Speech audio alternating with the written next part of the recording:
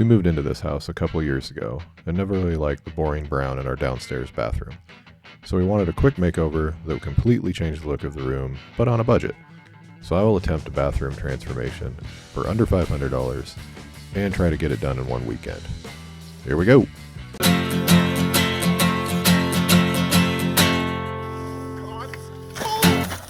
We're getting started with some wallpaper. Make a line for where my chair rail is going to go, or basically how far down the wallpaper is going to go. But I quickly realized this is kind of dumb. Realizing this is a waste of time. I just need to cut everything to 42.5 and then it'll overlap. And then we'll do the level line. Duh. So yeah, we decided on 42 inches down from the ceiling to the chair rail. So we decided to cut the wallpaper at 42.5 so that the chair rail will overlap that wallpaper. Such good helpers. But anyway, you can make this whatever size you want. Alright, moving on. If you've ever done wallpaper, then you know that one of the main joys is cutting around objects like this that are in your way. Doing wallpaper means measuring, and measuring means math, and that means my wife and I usually cut these backwards at least twice per wall. There's a lot of rework. Order extra wallpaper. But anyhow, the wallpaper we bought was the peel and stick kind. I still do the glue anyway. I feel like it is kind of needed for this stuff, and you don't really want this stuff falling off and having to redo your wallpaper. Wallpaper can be kind of intimidating, but really this isn't that hard. And the stuff we bought is this grass cloth stuff, so you don't really have to worry about lining up the design. You just kind of slap it up there and make sure that you don't have any gaps in your seams. Looks like I picked the wrong week to quit sniffing glue. My wife did not understand that reference. I picked the wrong week to quit sniffing glue.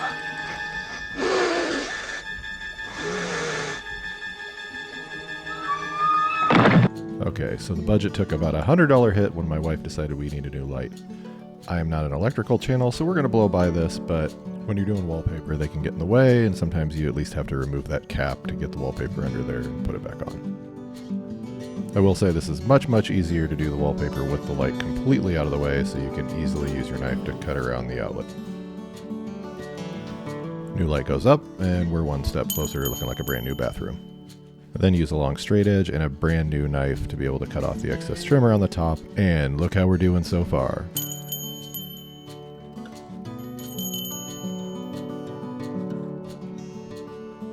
We've decided this texture is no good. So I'm gonna sand it all off in this tiny room. Yay. So, if you don't have textured walls, or if it just doesn't really bother you that much, you can skip this step. Unfortunately for me, my wife insisted that this had to go. I mean, I already didn't like sanding, but this definitely did not help. And here's the content you all came for. Me bent over a toilet trying to sand the back walls behind said toilet. With our sanding out of the way and our walls smooth, it was time to move on to cutting the trim for our wainscoting. Or is it wainscoting? I don't know. You guys discuss in the comments. But anyway, I used trim that was about 1 1/4 inches thick and 3/4 inches deep. I moved my saw out of the shop and set up a stand close to my front door. I did this because whenever I do trim projects like this, I always find that I cut things a little bit long and then I have to run back to the saw to cut off a little extra scoons and then go make sure it fits. It's just easier when the saw is as close to the bathroom as possible. I did a bunch of math before I started cutting so that I knew the length of each cut, and then I got busy on the miter saw. And then I just do a quick sand to get everything ready for paint. With all the small trim cut, I move on to the chair rail, which is the piece that will divide the wallpaper section from the lower section. My wife had already pre-primed these out in the yard, so I just had to cut them down to size and get them ready to nail up inside the room. Sometimes you'll cut a piece and find that you're just a hair too big. Here's a quick miter saw tip on how to take off just the scoons. What we're looking for is to push, and then when it slides up, you'll hear that ping. Hear that? Again, ping. That means it moved. You can take off a little extra.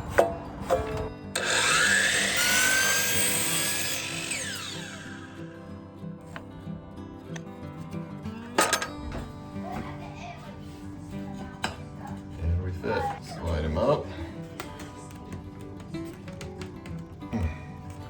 There we go. Bam. With all the chair rail pieces cut to fit, I got to attaching everything to the walls. I'm using some Loctite power grab on the backs of each piece of the chair rail, and then I'm using my DeWalt finish nailer with 2-inch nails. Also a level to make sure everything's, you know, level. Once everything is in place, man, we're starting to look like a real bathroom. With the chair rail done, it was time to move on to the bottom decorative pieces, which probably have a name, but I don't really know what that is. Anyway, I switched to the brad nailer, still used the Loctite power grab, and just tried to put them in place. Alright, one down. When I pushed in my nail, it shot that up, so I had to redo that one, take them off, pry them out with pliers. We're good though. 1, 2, 3, 4, 5 to go. You can see here that I'm using a little scrap piece that I cut as a spacer to space from the chair rail to the top of the first trim piece. That way I'm the same distance all the way around the room. My outlet covers were not quite going to fit, so I just cut them down real quick on the bandsaw. Then I went ahead and put in the trim pieces with those outlet covers on the wall, and everything fit pretty good. Back to the other side of the room, and you can see that my spacer works between the panels as well as at the top of them, mostly. So, it turns out I'm bad at math. So when I mapped this all out on my paper, it was supposed to be 4, 4, 4, 4. But apparently, I don't know how to do division correctly because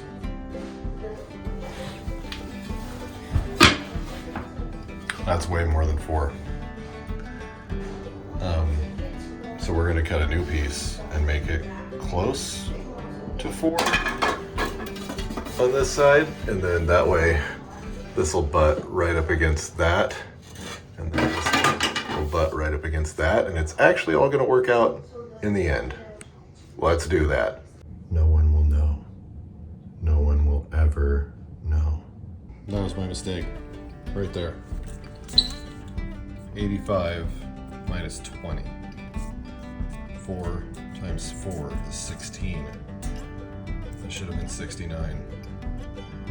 Nice. So that's what we did. I went and cut a new piece and then got everything glued up and in place. And sometimes when you do this, it's not quite perfect. Like here, we were a little bit lower than that little medicine cabinet once I got everything in place. So I took a pencil and tried to draw a little piece that needed cut off. Let's get that little thing chamfered off there, sand it up, and snap it on, and we'll be done.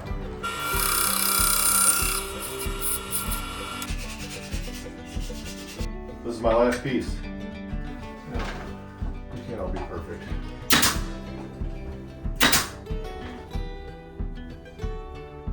Woo!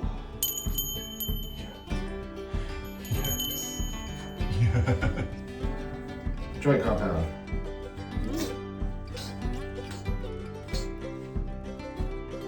Can you help?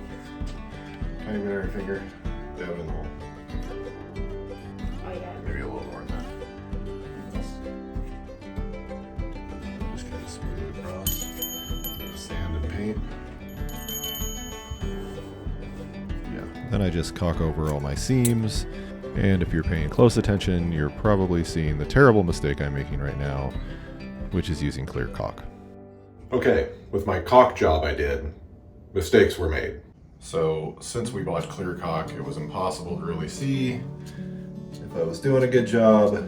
I was not. Once my wife got primer on this, you can tell there's all sorts of issues. So I'm gonna sand off some of the spots where we've got a little bit of gunk hanging out, and then I will recaulk what we should have bought the first time, that is white, that is paintable in 30 minutes, and is like $4 instead of whatever we paid for the other stuff. So yeah, learn from my mistakes and save yourself the time of having to resand a bunch of crap and recaulk everything. Caulking stuff sucks. It's awful. Do it once and be done. Don't use clear caulk. Alright, on to the next step. And it's what should be the last step, painting. Luckily, these trim pieces are all the same as the whole wall, so just paint everything this cream white color that my wife picked, and then we're done. Except we're not done. Because once again, I'm kind of an idiot. I decided that I'm a pretty efficient and clean painter, so I didn't think I needed to put tarps down on the ground.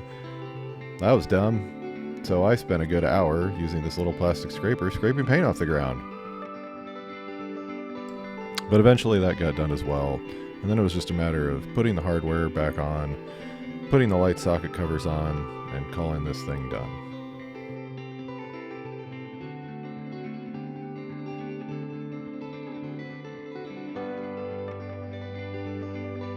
Oh, but wait, there's more. There's the joy of plumbing and trying to put your sink back in, which should be an easy job, but for whatever reason, I don't like plumbing and plumbing doesn't like me.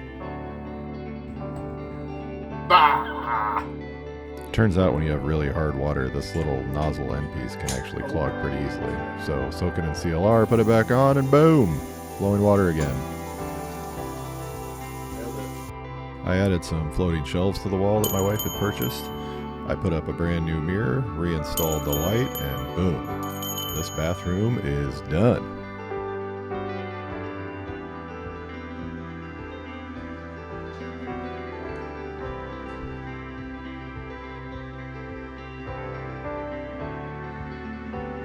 So, if you made it this far, why don't you go ahead and subscribe? Because every time somebody subscribes to the channel, somewhere a dad gets a new flannel shirt. Or something. Or check out another video. That helps too. And we'll see you on the next one, guys. Thanks so much.